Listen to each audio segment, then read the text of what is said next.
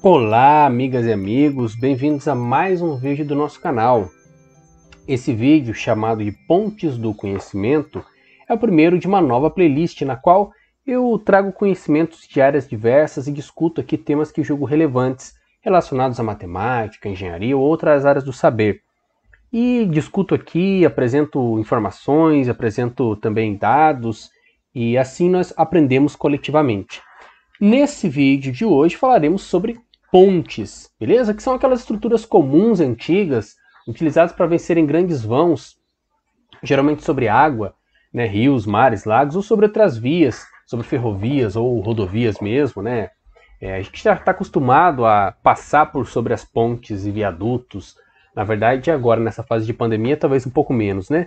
Mas nas condições normais, diariamente nós lidamos com as pontes. Os materiais mais comuns em pontes são madeira, metais, especialmente o aço, e o concreto, seja o concreto armado ou seja o concreto protendido. Bom, várias são as técnicas construtivas, sendo possível que nós utilizemos diversas técnicas e diversos materiais diferentes, combinemos esses materiais e técnicas para a construção de pontes e viadutos. Aqui faço uma observação, gente, eu sou engenheiro civil, então tenho uma formação em estruturas, em solos, em fundações mecânicas, ciências materiais, análise estrutural, etc. Mas eu não sou projetista de pontes. Então gostaria de dar muita abertura para os colegas projetistas de pontes aí, caso eu cometa fale alguma informação errada, incorreta, vocês, por favor, tenham liberdade de me corrigir, tá bom? Seja nas informações técnicas, seja nos dados que eu estou apresentando. Eu vou deixar aqui, como procuro sempre deixar nos meus vídeos, as referências das informações que eu estou trabalhando aqui nesse vídeo, mas se eu estiver falando alguma coisa incorreta, peço por favor que os colegas me corrijam, tá bom? Assim nós aprendemos coletivamente. Como eu trato de temas muito diversos, gente, vez ou outra é comum que eu cometa alguma incorreção. Então, peço por favor que vocês me ajudem corrigindo se eu falar alguma coisa errada, beleza? Como em obras de construção civil, o projetista prezará primeiramente pela segurança. Então, segurança da equipe, dos operários que vão atuar nessa construção, segurança das pessoas, dos usuários que vão passar por cima dessa ponte, por debaixo dessa ponte, por exemplo, né, falando aqui especificamente de pontes. Ele vai prezar pela viabilidade do trabalho. Então, é um trabalho que ele dá para ser executado ou ele só existe em projeto? Né? Existe material disponível? Existe tecnologia disponível para ser feito?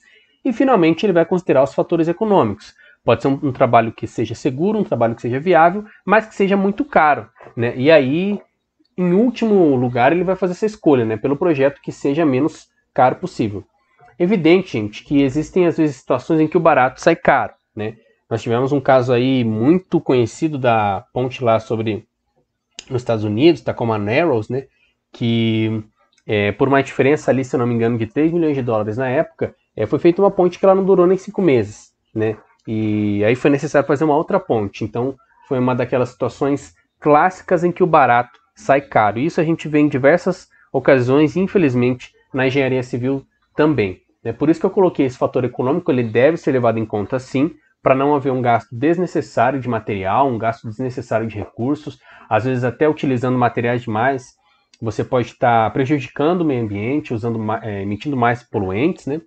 Mas deve ser prezado sempre, como eu falei anteriormente, pela segurança, primeiramente, pela viabilidade do projeto da execução e depois sim considerar os fatores econômicos, mas sem querer de modo algum colocar pessoas em risco, né, ou a própria estrutura em risco, enfim, causando aí prejuízos incalculáveis, né?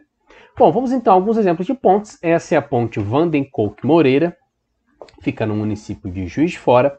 A estrutura dela é metálica, o estilo dela é em arco, a gente consegue observar. E tanto a gente tem o arco dela metálico, como esses tirantes metálicos também, como eu já falei, metálicos, né, em aço.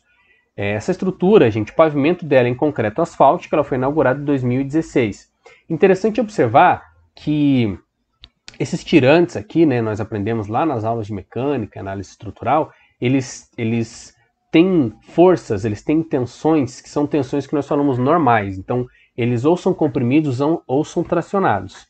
Não fiz análise estrutural dessa estrutura especificamente, né, mas acredito que esses tirantes, no caso, eles estejam tracionados, ou seja, eles estão sendo esticados, vamos dizer assim. Tá tá bom? Mas aqui volto a falar, gente, se algum colega aí tiver uma observação diferente a ser realizada, por favor me fale. Até porque quando o tirante ele é comprimido, né, ao invés de ser tracionado, ele é chamado também de escora, beleza?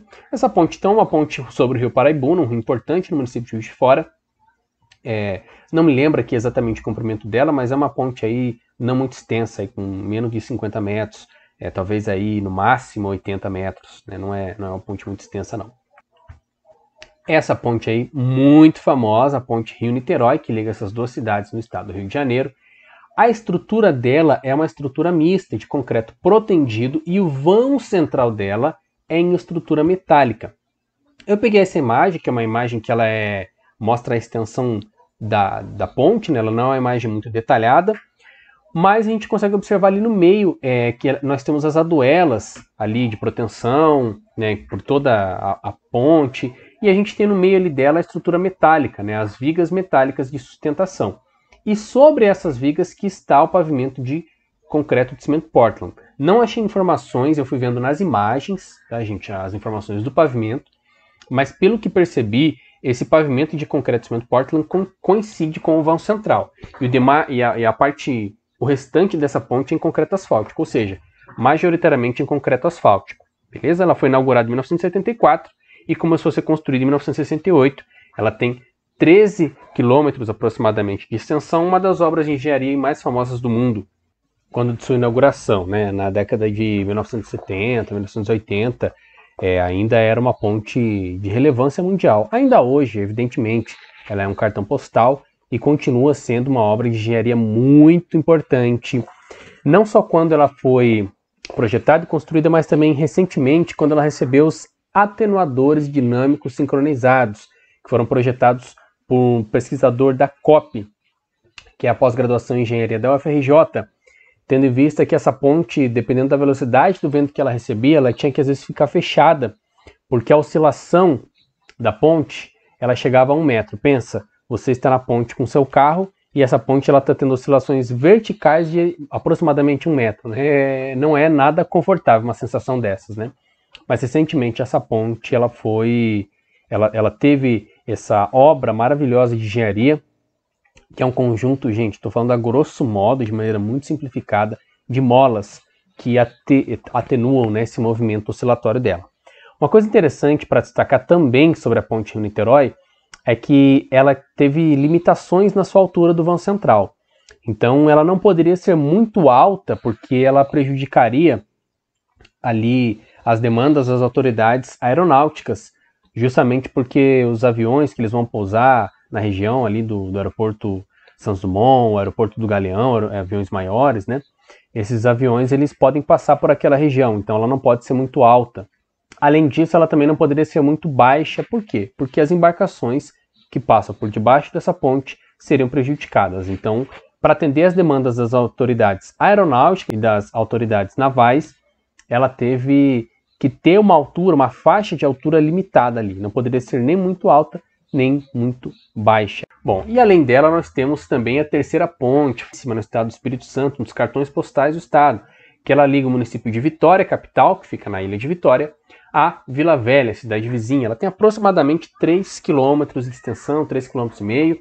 A estrutura dela também em concreto protendido e estrutura metálica, no vão central, também estrutura metálica. O pavimento, gente, também não encontrei essa informação. Vendo nas imagens, percebi que o pavimento dela é majoritariamente de concreto de cimento Portland e pouca parte em concreto asfáltico. Aqui vocês estão ouvindo eu falar sobre concreto asfáltico, né? Às vezes as pessoas comentam, aquela pista é uma pista de concreto e aquela outra pista de asfalto. Na verdade, gente, todo pavimento, né, seja em concreto asfáltico ou concreto cimento Portland, é concreto. O que acontece é que o asfalto é aquele ligante. Como assim que ligante? Aquele líquido preto que a gente vê, né, sendo aplicado na rua, ele é chamado de ligante, né? Porque ele vai justamente ligar os agregados, que são as britas, as pedrinhas, né? Então ali também temos um concreto, né? Um concreto ele é formado por agregado, no caso do concreto cimento, né? Agregado miúdo, agregado graúdo, que é brita e areia, e também por água e o cimento que funciona como ligante, né? No caso do concreto asfáltico, o ligante ele é o asfalto, né? Ele é um material betuminoso, material aí proveniente do petróleo. Então, o correto é falar que os dois são tipos de concreto, tanto concreto de cimento quanto concreto asfáltico. O pavimento de concreto asfáltico, antigamente ele era chamado de CBUQ, concreto betuminoso usinado a quente. E ele é um pavimento chamado de pavimento flexível. E o pavimento de concreto de cimento Portland é chamado de pavimento rígido, né? Cada um deles tem suas especificidades, não vou entrar aqui nesses detalhes. Essa obra, gente, da terceira ponte especificamente, ela levou 11 anos para ficar pronta, começou a ser construída em 1978, foi concluída em 1989, já após a redemocratização do país, que começou em 1985. Temos também aqui a Ponte Hercílio Luz, conhecida como Velha Senhora, uma das pontes mais queridas aí do sul do Brasil, um cartão postal importantíssimo. E aqui nós estamos falando de uma ponte pêncil. O que é uma ponte pêncil? Ponte pêncil, gente, observem que o pavimento aqui sobre a ponte, nós falamos que o tabuleiro da ponte, ele é sustentado por esses cabos aqui, ó. Esses dois cabos aqui, certo? Então, desses dois cabos é que está sendo feita a sustentação desse vão central da ponte. Observem, ela não tem muitos pilares, né? Ela tem esses dois aqui apoios, estão sobre o mar, e todo o vão dela aqui, gente, é apoiado sobre esses cabos. Por isso que ela é chamada de ponte pêncil, beleza? A ponte Tacoma Narrows, que eu citei anteriormente nos Estados Unidos, também era uma ponte pêncil, mas ela foi mal projetada e ocorreu um evento ali que nos livros de física ele é chamado de ressonância, mas na verdade existe uma teoria mais aceita de que ele sofreu um chamado flutter aeroelástico, que acontece também até na aviação, né? E no caso dessa ponte de Tacoma Narrows, infelizmente ela não resistiu. E menos de 5 meses de construção ela veio à ruptura. Interessante, gente, que esse pavimento aqui, essa ponte da Ponte Hercílio Luz, ela foi inaugurada em 1926, ficou fechada por um bom tempo, foi reinaugurada agora no final de 2019. E foi colocado um pavimento nela, gente, de grades de aço, tá bom? Ela continua sendo uma ponte de atrativo turístico maravilhosa, uma ponte que já está completando aí quase 100 anos. E o pavimento dela hoje é um pavimento de grades de aço. Vejam que ele é um pavimento diferente dos anteriores, né? E é um pavimento leve e muito resistente, né? Claro que, assim, em termos de valores, não é viável ficar fazendo pavimentos desse tipo, né? Mas ele é um pavimento leve. A ponte ali já é uma ponte antiga, os carros que trafegam hoje são carros mais pesados do que os carros de antigamente, então foi necessário pegar um material que fosse ao mesmo tempo leve e resistente, beleza? E nós temos aqui também essa ponte, gente, ponte chamada de Jornalista Felipe Doe. Eu acho que se pronuncia assim, tá, gente? Se eu pronunciar errado, por favor, me corrijam também. Que ela é uma ponte sobre o Rio Negro, que ela liga os municípios de Manaus a Iranduba, no Amazonas. Eu coloquei essa foto porque eu tirei pessoalmente essa foto quando visitei Manaus, né? Então uma foto marcante para mim, foi uma viagem maravilhosa, uma cidade que eu acho que todas as pessoas têm que conhecer aqui no Brasil. Nesse dia fui ali ao encontro das águas, né, do Rio Negro com o Rio Solimões, mas sobre isso vou falar numa outra oportunidade. O que interessa aqui para nós, gente, é que essa ponte, vejam bem, ela tem um comprimento bem razoável, né, aproximadamente 3.600 metros. E ela é uma ponte que o vão central dela tem estais, ou seja, ela é uma ponte estaiada. Essas pontes estaiadas, elas têm sido cada vez mais comuns recentemente, por quê?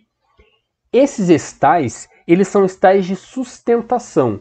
Então, esses estais, eles ligam o tabuleiro da ponte. O tabuleiro, gente, coloca aqui a pista, beleza? Vamos colocar aqui simplificando a pista. Então, esses estais, eles vão fazer com que a pista, o tabuleiro, ele esteja conectado, ele esteja sendo suportado por esse mastro central, esse pilar central grandão, assim que nós chamamos de mastro. E como é que a gente conecta, então? Como é que a gente faz com que esse mastro sustente o tabuleiro? Através desses estais, beleza? Se vocês observarem na imagem, que a imagem não está muito boa, mas você pode pegar outras imagens, a grande vantagem que nós temos aqui nessa ponte estaiada é que nós conseguimos fazer com que o vão central ele tenha menos pilares debaixo dele. E por que isso é bom? Porque com isso nós conseguimos fazer com que embarcações mais largas passem debaixo da ponte, beleza? Não precisa ser embarcações tão estreitas, barcos pequenos. Nós conseguimos fazer com que barcos mais largos passem debaixo da ponte. É evidente que o engenheiro projetista ele vai levar em questão diversos aspectos para considerar quais as técnicas e materiais que ele vai empregar. Então, essa associação direta e obrigatória de que sempre que se está construindo uma ponte sobre águas e se essa ponte ela vai ser uma ponte muito extensa, é razoável fazer essa ponte estaiada? Nem sempre é verdade. Deve-se considerar aspectos como, por exemplo, economia de materiais, aspectos como, por exemplo, a fundação, qual que é o tipo de solo que tem debaixo da água, como que vai ser colocada essa fundação, qual que é a capacidade de carga dessa fundação. Então, pode ser mais vantajoso ou mais econômico fazer a ponte estaiada, por exemplo, para se evitar o uso de pilares de concreto. De repente, esses pilares eles vão estar apoiados num solo muito ruim, né? Então, existem diversos fatores que devem ser levados em conta, não sendo possível fazer uma relação direta e tão simplificada dessa forma. Mas, via de regra, para vãos compridos aí, com mais de 200 metros e que ficam sobre água, tem se utilizado mais as pontes e viadutos estaiados. Então temos aqui um outro exemplo, um pouco diferente daquilo que eu falei, né? Olha só que coisa interessante. Temos um viaduto estaiado. Mas o que é diferente do viaduto anterior, da ponte anterior? Ele não está sobre um canal d'água. Houve um questionamento muito grande quanto do projeto da execução desse viaduto, da necessidade dele ser um viaduto estaiado, uma vez que o seu comprimento total é de 225 metros, mas o vão dele não chega a 200 metros. Né? O tabuleiro dele ele se encontra sobre uma estrutura metálica, essa estrutura que eu estou destacando aqui na horizontal, ela é metálica. A previsão de entrega foi em abril de 2013, é uma das obras da Copa do Mundo de 2014, sim, a Copa do 7-1. Mas na verdade ele foi inaugurado 11 meses depois, apenas em março de 2014, pelo menos a tempo da Copa. O custo previsto ele foi de 95 milhões, mas o custo total ficou 17 milhões mais caro, 18% mais caro do que o previsto. O consórcio responsável por essa obra foi composto pelos grupos CR Almeida, que tem esse nome devido ao senhor Cecílio do Rego Almeida, um grande empresário da região, e esse é um grupo que geralmente vence muitas das licitações lá no estado do Paraná, né? Eles têm construtoras, eles têm concessionárias, enfim, diversas empresas, inclusive o senhor Cecílio do Rego Almeida, falecido, é pai do senhor Marcelo Almeida, que foi deputado do estado, um dos políticos mais ricos do Brasil. E, além disso, o Grupo J. Malucelli também entrou nesse consórcio. O Grupo J. Malucelli é um grupo gigante no estado do Paraná. Ele tem construtor, eles têm investimentos em área desportiva, clube de futebol, inclusive eles têm um banco. Né? Então são dois grupos aí muito ricos no estado, grupos que constroem há bastante tempo e que fizeram essa obra, que foi uma obra muito bonita, muito marcante também para o município, mas questionável do ponto de vista da necessidade e do ponto de vista também desse custo total ter ficado bastante mais caro do que o previsto. Volto a falar, gente, não é uma questão simples avaliar a viabilidade ou não dessa técnica que foi empregada, mas é uma questão bastante ponderável colocar esse custo tão mais elevado do que o previsto, né? Porque afinal de contas é dinheiro do contribuinte que está sendo investido também. Bom, então vamos a uma questão matemática, uma questão do Colégio Pedro II. Vou ler aqui a questão, aí você vai pausar o seu vídeo, vai tentar resolver essa questão, beleza? Um engenheiro deseja projetar uma ponte estaiada para ligar duas cidades vizinhas. Agora você já sabe que é uma ponte estaiada, olha só. Ele precisa instalar 8 cabos de sustentação que ligam uma torre vertical à parte horizontal da ponte e dispõe de 1.400 metros de cabo para isso. Veja bem, gente, esses cabos são os estais. E essa torre vertical é o que nós chamamos de mastro. Essa torre vertical é esse mastro que ele vai estar conectado aos cabos. Os cabos então se conectam ao mastro e se conectam também ao tabuleiro, tá bom? Os cabos devem ser fixados à mesma distância um do outro, tanto na torre quanto na parte horizontal, ou seja, tanto no mastro quanto no tabuleiro, na pista, né? Assim, a distância da base da torre ao primeiro ponto de fixação vertical deve ser igual à distância entre dois pontos de fixação vertical consecutivos. Essa mesma distância deve ser utilizada da base da torre, quer dizer, da base do mastro ao primeiro ponto de fixação horizontal e entre os pontos de fixação horizontal consecutivos, conforme mostra a figura a seguir.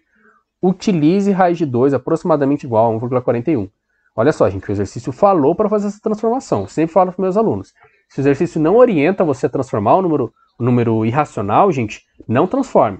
Tá bom? Mas nesse caso ele falou que raiz de 2 é igual a 1,41. Então nós vamos fazer essa transformação. Bom, aí está a imagem então fornecida pelo exercício. Note que nós temos um mastro tabuleiro e os cabos de sustentação, que são os estais. A distância em metros entre dois pontos consecutivos de fixação desses cabos deve ser de aproximadamente quanto? Pause o vídeo, tente resolver essa questão. Pausou o vídeo, podemos continuar. Vamos então à resolução. Observe, gente, os cabos são simétricos em relação ao mastro da ponte. Portanto, se nós temos 1.400 metros disponíveis, nós temos 4 cabos à esquerda e 4 cabos à direita. Então nós vamos dividir 1.400 por 2, teremos 700 metros de cabo disponíveis à esquerda, 700 metros de cabo disponíveis à direita. Beleza? Como descrito no enunciado, a distância entre as bases, a distância horizontal de dois cabos consecutivos vizinhos, ou seja, a distância entre esses cabos, a sustentação deles no tabuleiro, é a mesma que a distância entre seus pontos de apoio no mastro, a distância vertical. Então a distância horizontal entre dois cabos e a distância vertical entre dois cabos é a mesma. A distância das bases dele no tabuleiro e dos pontos de apoio no mastro é a mesma. Portanto, nós temos uma sequência de triângulos retângulos e isósceles. Eles são isósceles porque as distâncias verticais e horizontais são as mesmas. Mas por que eles são triângulos retângulos? Pense aí um pouquinho. Vamos lá. Eles são retângulos, gente, porque nós estamos considerando que o mastro é perpendicular ao tabuleiro, tá bom? Observação, nem sempre isso acontece. No viaduto ali de Curitiba nós vemos que o mastro ele é um mastro inclinado, né? Mas nesse caso a gente está considerando que o mastro é perpendicular ao tabuleiro. Ele forma 90 graus com a pista. Então nós temos uma sequência de triângulos retângulos isósceles. Muito bem. Lembrando, gente, um triângulo isósceles de cateto que mede x, ele tem a sua hipotenusa medindo quanto? Como é que a gente faz essa conta? Gente, essa é a mesma relação que nós temos entre o lado e a diagonal do quadrado, tá bom? Porque um triângulo retângulo isósceles, ele é metade de um quadrado. Então, a hipotenusa do triângulo retângulo isósceles, ela é a mesma coisa que a diagonal do quadrado. Então, como é que a gente faz para saber o tamanho, a medida dessa hipotenusa? Se o lado mede x, o cateto mede x, a hipotenusa mede x raiz de 2, ou raiz de 2 vezes x. Pontinho aí é pontinho de multiplicação, você não precisa escrever. Tá bom? Só tomar cuidado, gente, porque é raiz de 2 vezes x, não é raiz de 2 vezes raiz de x. Assim chamaremos a medida do lado do triângulo menor de x. Com isso, o segundo triângulo tem seu lado medindo x mais x, que vai dar 2x. O terceiro triângulo tem medida 3x. O quarto triângulo ele tem cateto medindo 4x. Beleza? Nessa ordem, as hipotenusas valem, respectivamente, raiz de 2x, 2 raiz de 2x, 3 raiz de 2x e 4 raiz de 2x. Já vimos anteriormente que a hipotenusa do triângulo retângulo isósceles vale lado vezes raiz de 2. Ou nós poderíamos falar que as hipotenusas valem x raiz de 2, 2x raiz de 2, 3x raiz de 2 e 4x raiz de 2, respectivamente, do menor triângulo para o maior triângulo. Fazendo essa soma, gente, se a gente somar x raiz de 2 mais 10x mais 2x raiz de 2 mais 3x raiz de 2 mais 4x raiz de 2, nós vamos obter 10x raiz de 2, ou 10 raiz de 2x, que corresponde ao valor inicial de 700 metros. Então, esse 10x raiz de 2 metros que nós temos vai ser a soma dos 4 cabos que nós vamos ter do lado, ou do lado esquerdo ou do lado direito, mas que nós vamos ter de um lado apenas. Beleza? Na próxima página, a gente vai ficar um pouquinho mais fácil de visualizar o que eu estou querendo dizer aqui. Olha só, é essa situação que nós temos. As distâncias horizontais e verticais são as mesmas. Notem que o mastro forma 90 graus com o tabuleiro. As distâncias horizontais são as mesmas, eu chamei de x. As verticais também são as mesmas, eu também chamei de x. Observe então que a hipotenusa do primeiro triângulo, que é o menor, vale x raiz de 2. Do segundo triângulo vale 2x raiz de 2. Do terceiro triângulo, 3x raiz de 2. E do quarto triângulo, 4x raiz de 2. Se nós somarmos cada um desses cabos, x raiz de 2, mais 2x raiz de 2, mais 3x raiz de 2, mais 4x raiz de 2, aí nós vamos obter 10x raiz de 2, que é o nosso total, e vamos para continhas. 10 raiz de 2x, ou 10x raiz de 2, é igual a 700. O que nós fazemos? Isolamos o x. X fica sendo 700 dividido por 10 raiz de 2, que é igual a 70 raiz de 2 sobre 2, que é igual a 35 raiz de 2. O que nós fizemos aqui? 700 dividido por 10 dá 70, beleza? Então nós ficaremos com 70 dividido por raiz de 2. Aqui eu já racionalizei direto, tá bom, gente? Então 70 dividido por raiz de 2 é 70 raiz de 2 sobre 2, que dá 35 raiz de 2. Só que o exercício nos falou que raiz de 2 é igual a 1,41. Cuidado com isso, gente. volto a falar, se a questão não tivesse falado para nós fazermos essa aproximação, a resposta já estaria finalizada aí, 35 raiz de 2. Mas o exercício falou para nós considerarmos raiz de 2 igual a 1,41. É isso que nós vamos fazer. Multiplicando 35 por 1,41, obtemos 49,35 metros. Então, a nossa resposta é que a distância entre eles é de aproximadamente 49,5 metros. Beleza? Mas vamos voltar aqui às pontes, né, gente? Olha que imagem bela essa. Essa é uma imagem, gente, da estrada de ferro Curitiba-Paranaguá, no estado do Paraná.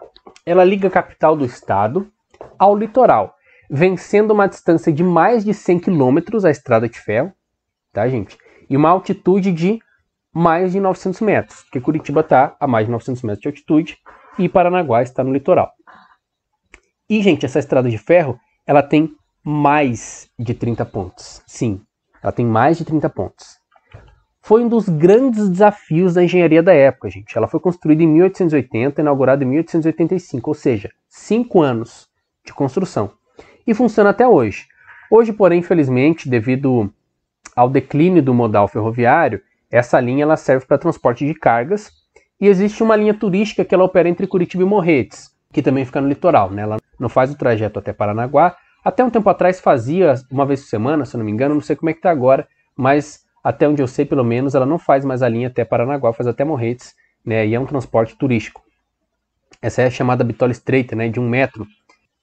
Ela tem esse nome porque a bitola padrão é de aproximadamente 1,43 m. Bitola, gente, é a distância de um trilho a outro, tá? Mais ou menos a largura da via férrea. Vamos pensar nos desafios que existiram no projeto e na execução dessa estrada de ferro, numa época em que não havia softwares para dimensionamento, para desenho geométrico das vias, nada. Os cálculos eram feitos manualmente com os recursos disponíveis. Então, estimar a capacidade de carga do solo, das rochas e projetar a estrutura foi muito difícil. Certamente um desafio muito maior do que hoje, né?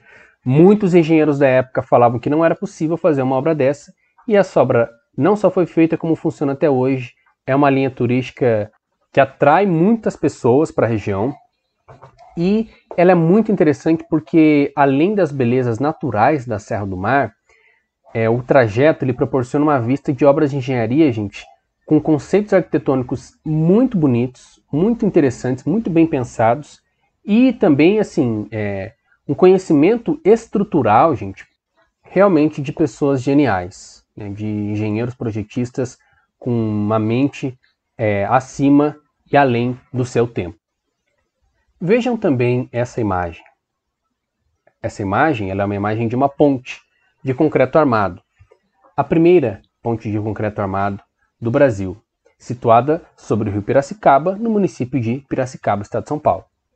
Ela foi inaugurada, gente, em 1875, ou seja, ela tem 145 anos. E ela é utilizada ainda hoje. Sobre ela trafegam pessoas, carros, ônibus, caminhões. Essa ponte ela sofreu alterações ao longo do tempo, mas a base dela de concreto é a mesma desde a sua construção, há mais de 140 anos. Detalhe, gente, é que as estruturas em concreto armado, o projeto de estrutura de concreto armado, é um projeto nada fácil de ser feito. O projeto de ponte de concreto armado, projeto difícil de ser feito. Para 1875, com conhecimentos muito limitados, é um desafio e tanto construir essa ponte. Mas essa ponte foi tão bem feita que ela funciona até hoje. Qual que é a relação será entre essas obras que eu citei? Entre essa ponte sobre o rio Piracicaba e a estrada de ferro Curitiba-Paranaguá. A relação está nessa figura aí. Essas, gente, inúmeras outras obras de construção civil foram projetadas ou executadas pelos irmãos engenheiros Rebouças. André Rebouças, Antônio Rebouças, José Rebouças, filhos de Carolina Pinto Rebouças e do advogado, deputado e conselheiro do imperador Antônio Pereira Rebouças. As contribuições, gente, dos irmãos Rebouças, elas permanecem para a nossa história. Né? Eles projetaram muitas coisas no Brasil, desde o Nordeste até a região sul do Brasil. Eles foram engenheiros muito jovens, com cerca de 20 anos eles receberam um diploma de engenheiro militar lá na Escola Militar da Praia Vermelha. E eles ganharam bolsa de estudos para estudar na Europa, voltaram da Europa e vieram construindo muita coisa no Brasil, gente. Desde projetos de pontes, projetos hidráulicos, captação de água, enfim, muitas coisas.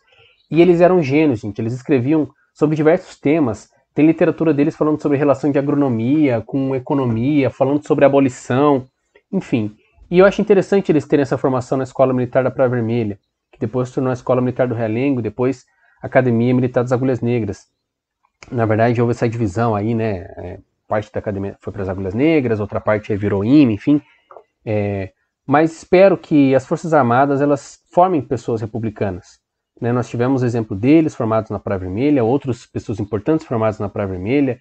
Tivemos aí figuras como o Marechal Lott, né? Um republicano que se opôs à ditadura na época de 1964, infelizmente foi enterrado sem honras militares. Tivemos aí os tenentistas que se levantavam contra as oligarquias da época, né? E penso que hoje o país precisa de mais republicanos em todos os espaços. Espero que essa formação ela acompanhe a formação dos jovens cadetes e futuros oficiais também das Forças Armadas. Vamos então, gente, analisar aqui mais uma outra história que aconteceu no estado do Paraná, o estado onde brilhou uma das pessoas mais importantes da engenharia brasileira, que é esta aí da foto, a dona engenheira Enedina Alves Marques. A história dela, gente, é de muita resiliência. Ela foi vítima de intensos e frequentes ataques racistas e ataques machistas. Enedina foi a primeira mulher formada em engenharia do sul do país, sendo a primeira mulher negra a ser formada em engenharia em todo o Brasil, isso em 1945. Ou seja, a primeira mulher, gente, formada em engenharia no sul do Brasil não tem nem 100 anos. Nós estamos falando de um período de 75 anos. Muito recente. A primeira mulher negra formada em engenharia no Brasil, formada na antiga Faculdade de Engenharia do Paraná, atual Universidade Federal do Paraná. Interessante que antes dela, gente, apenas outros 2 homens negros haviam se formado na Faculdade de Engenharia do Paraná. Um em 1918 e outro 20 anos depois, apenas em 1938. Então a Faculdade de Engenharia do Paraná ela ficou 20 anos sem formar um engenheiro negro. Um engenheiro negro. Vamos pensar um pouco a respeito disso, gente. Colocar um pouco a mão na consciência. Mesmo após a entrada de Enedina, eu vou deixar aqui as referências também do material de pesquisa, gente. Muitas outras mulheres sofreram extrema resistência a seu ingresso e a sua permanência em faculdades, especialmente na Faculdade de Engenharia do Paraná e acredito que em Faculdade de Engenharia do país. Interessante colocar, gente, que mulheres brancas sofreram essa resistência, que vieram depois da Enedina, inclusive mulheres até de classes sociais mais abastadas, mulheres filhas de europeus, né, mulheres que eram da classe média paranaense sofreram resistência. Imagine então a Enedina, que era uma mulher negra, primeira mulher negra formada no Brasil em engenharia. A Enedina, então, ela trabalhou durante a sua infância e adolescência na casa de outras pessoas e morou de favor próximo à Faculdade de Engenharia do Paraná, né, a atual UFPR, e ela foi ter a oportunidade de estudar porque um dos seus patrões pagava a escola para ela para que ela cuidasse da filha do seu patrão durante a escola, durante o período escolar. Então essa foi a oportunidade que ela teve de estudar e foi para a escola, estudou. Depois ela teve a formação de professora do chamado ensino normal, dava aula aí para as crianças menores, e com muito esforço, trabalhando como professora de ensino normal, ela conseguiu ingressar na Faculdade de Engenharia do Paraná, que, como eu falei, à época ainda não era a UFPR. Mas isso não foi fácil para ela também. Durante a sua formação, diversas foram as resistências que ela sofreu, ela não tinha o material didático todo, muitos dos seus colegas sequer dirigiam a palavra a ela. Imagina você passar 6 anos da sua formação sem os colegas dirigirem a palavra a você. E alguns professores, inclusive, a prejudicavam de propósito, deixando-a para fazer as provas de segunda fase, as provas finais e mesmo ela estando correta nas provas, nas avaliações, a reprovando. Isso fez com que ela atrasasse, por exemplo, a formação dela em 1 ano. Há cerca de 180 anos, quando a escravidão ainda era vigente, nasciam os Rebouças. Irmãos que revolucionariam o país, gente, com seus cálculos, com os textos, com projetos, com a visão deles, e mudariam para melhor os destinos do país. Eles foram responsáveis, por exemplo, pela ampliação da rede de captação de água no Rio de Janeiro, que era a capital à época, capital do Brasil.